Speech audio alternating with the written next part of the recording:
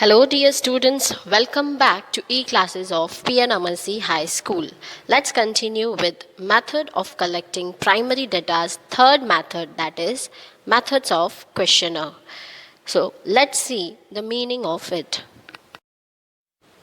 A list of logically arranged questions relevant to object of study is made. That means systematically arranged question should be made and all the questions should be related to the purpose of study. So that will be called a well-designed questionnaire. So the method of obtaining information by asking questions is called method of questionnaire.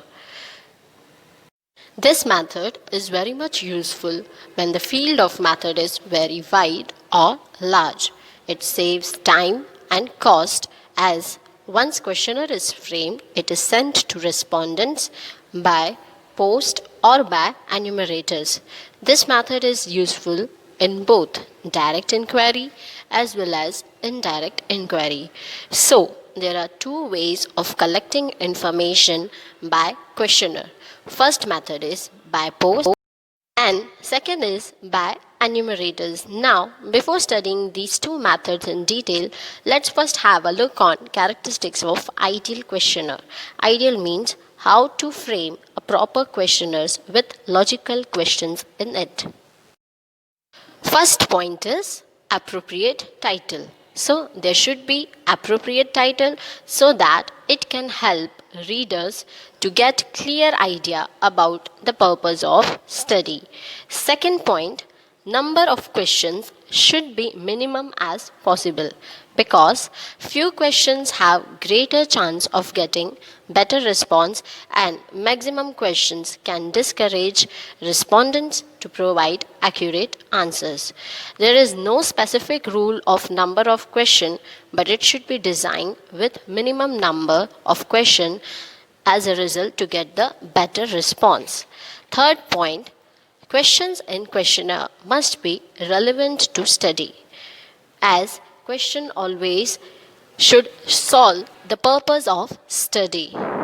So, extra questions should be avoided and to the point questions should be asked so the purpose of study is solved.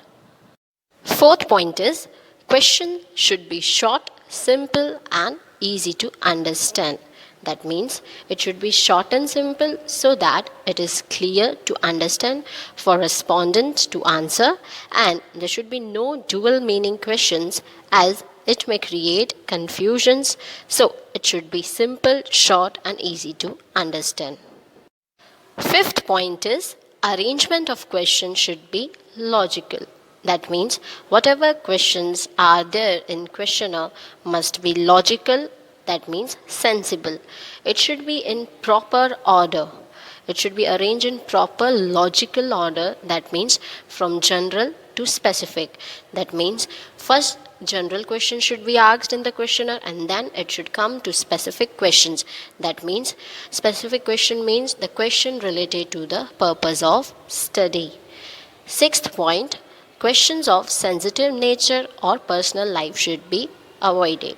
That means no personal questions.